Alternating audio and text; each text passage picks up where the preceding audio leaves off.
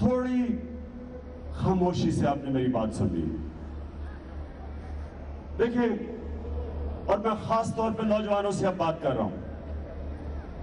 انسان اس دنیا میں وہ بڑا کام کرتا ہے جس انسان کا خواب بڑا ہوتا ہے. آپ اتنے بڑے ہوں گے جتنی آپ کی خواب اور آپ کی سوچ اور آپ کا گول ہوگا. میں 9 سال کا تھا جب میں نے فیصلہ کیا کہ میں پاکستان کے لیے کرکٹ کھیلوں گا، ٹیسٹ کرکٹ کھیلوں گا. 9 سال کا تھا. 9 سال لگے اس خواب پہ پہنچنے کے کہ پاکستان کے لیے کرکٹ کھیلی. پھر میرا خواب تھا کہ میں دنیا میں ٹاپ آل راؤنڈر بنوں گا. 9 سال لگے ادھر پہنچنے میں. پھر جب میں پاکستان کا کیپٹن بنا تو میری خواب تھی کہ میں پاکستان کو ورلڈ چیمپئن بناؤں گا. 10 سال لگے وہاں پہنچنے پہ. پھر جب کینسر ہاسپٹل بنانا تھا، کیونکہ میری والدہ کینسر سے ان کی بڑی تکلیف تھے، ان کی اس دنیا سے رخصتی ہوئی، تو میں ایک ایسا کینسر ہاسپٹل بنانا چاہتا تھا کہ اس ملک میں غریب لوگ جو 90% پاکستانی کینسر کا علاج نہیں کر سکتے، ان کے لیے ایک ایسی جگہ ہو کہ وہ جب ہسپتال میں علاج کروانے جائیں تو ان کو یہ فکر نہ ہو کہ ان کے پاس پیسہ نہیں. کینسر کے علاج کا جو سب سے مہنگا علاج ہوتا ہے اور بڑا لمبا علاج ہوتا ہے، تو اس کے لیے 9 سال لگے اس ہسپتال کو بنانے میں. اور وہ ایک خواب تھی جو ساری دنیا نے کہا کہ نہیں بن سکتی، کہ کوئی بھی پہلے تو کینسر ہاسپٹل پاکستان میں نہیں بن سکتا، اسپیشلائز ہے ہاسپٹل، اور پھر غریبوں کا مفت علاج نہیں ہو سکتا. لیکن وہ بھی ہوا. اور پھر میں پالیٹکس میں کیوں آیا؟ میں سارے نوشہرہ کے لوگوں آپ کے سامنے اور جو باقی پاکستانی دیکھ رہے ہیں کیوں آیا پالیٹکس میں؟ کہ میری یہ خواب تھی کہ پاکستان وہ اسلامی فلاحی ریاست بنے جو علامہ اقبال کی خواب تھی، جس کے لیے قائد اعظم نے جدوجہد کی تھی. تو وہ 21 سال پہلے پالیٹکس میں آنے سے پہلے وہ خواب تھی. اور وہ میں آج سب کے سامنے وہ یہ بتانا چاہتا ہوں کہ یہ میں سارا جو 21 سال کی ساری ایک جدوجہد ہے، ایک سٹرگل ہے، اس کا مقصد کیا آخر میں؟ کیا ایک پرائم منسٹر بننا ہے؟ کتنے پرائم منسٹر اس ملک میں آئے اور گئے، پوچھتا بھی نہیں ہے ان کو کوئی. پرائم منسٹر اگر بننا ہوتا تو 21 سال میں جدوجہد نہ کرتا. میرا خواب یہ ہے کہ پاکستان میں ایک دن ایسا آئے، سنیں، پاکستان میں ایک دن ایسا آئے کہ ہمیں کوئی ملے نہ جس کو ہم زکوٰۃ دے سکیں. ہمیں زکوٰۃ دینے کے لیے لوگ نہ ملے. جس طرح مدینہ کی ریاست میں ایک دن آیا تھا کہ لوگوں کو زکوٰۃ دینے کے لیے کوئی نہیں ملتا تھا. اور وہ ایسا ٹائم ہو کہ ہم غریب ملکوں کو یہاں سے پیسے بھیجا کریں. ہم ان ملکوں کو پیسے بھیجیں جدھر غربت ہے، کیونکہ پاکستان میں غربت نہ ہو.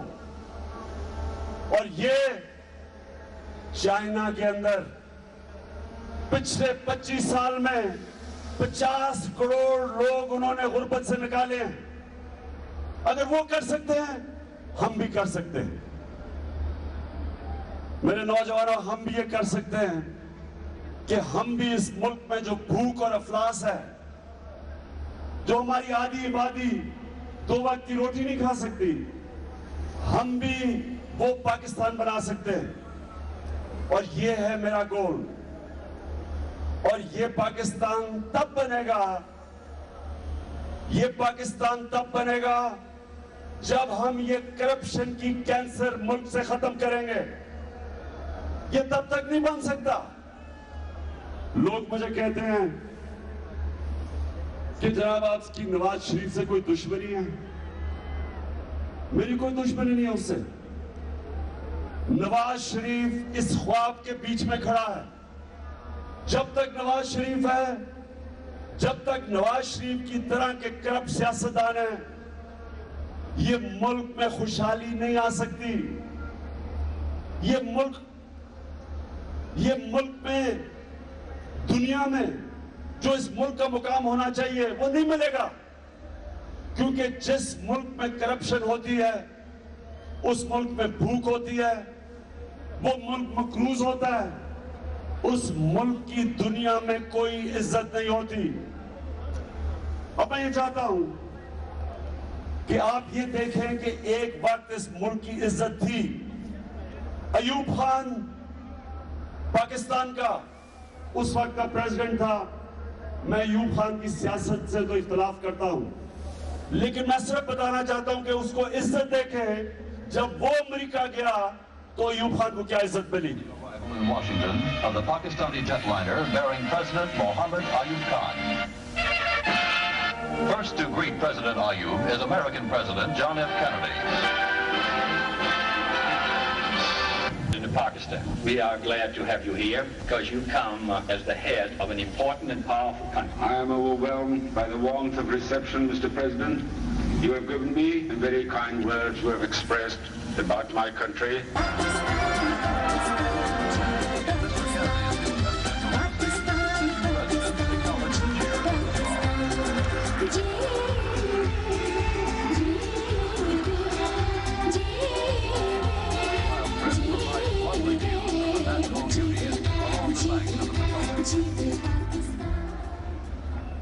اچھا، اور اب یہ آپ نے دیکھا ایوب خان کو کس طرح امریکہ کے پریزیڈنٹ نے ریسیو کیا. سڑکوں پہ پبلک کھڑی تھی، گارڈ آف آنر تھا. اب دیکھیں کہ ذرا بتائیں نواز شریف کا امریکہ میں کیسا استقبال ہوا.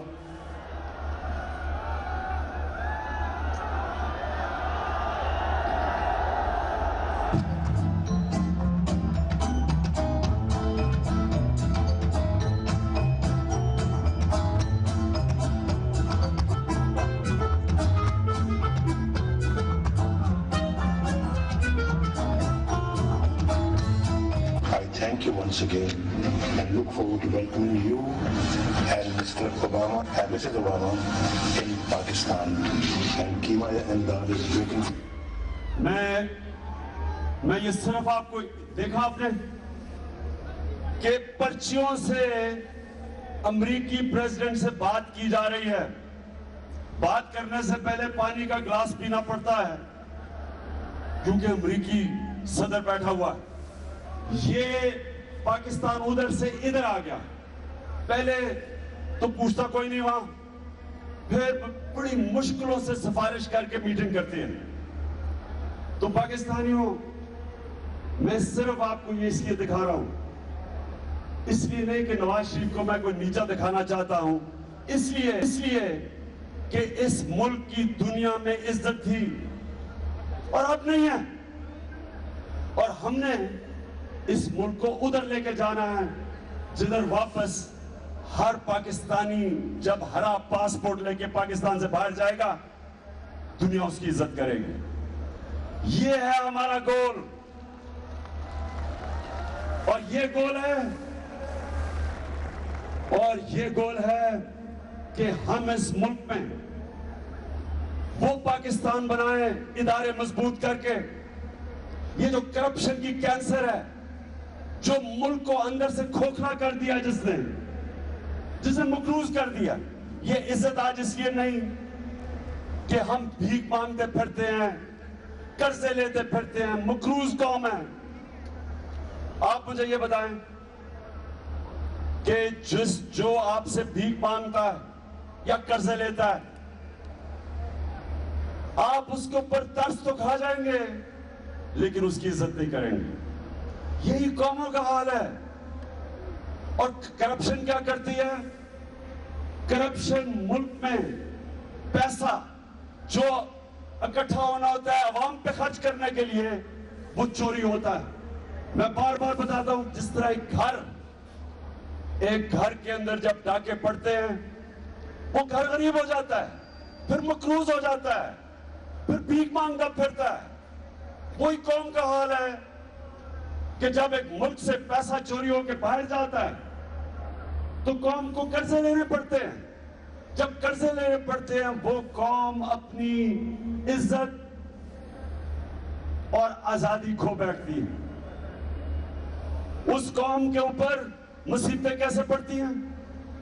اسحاق ڈار ابھی دبئی گئے, آئی ایم ایف سے میٹنگ ہوئی, آئی ایم ایف نے ان کو کہا کہ 40 ارب روپے کے قرضے مزید لگاؤ پاکستانیوں پہ,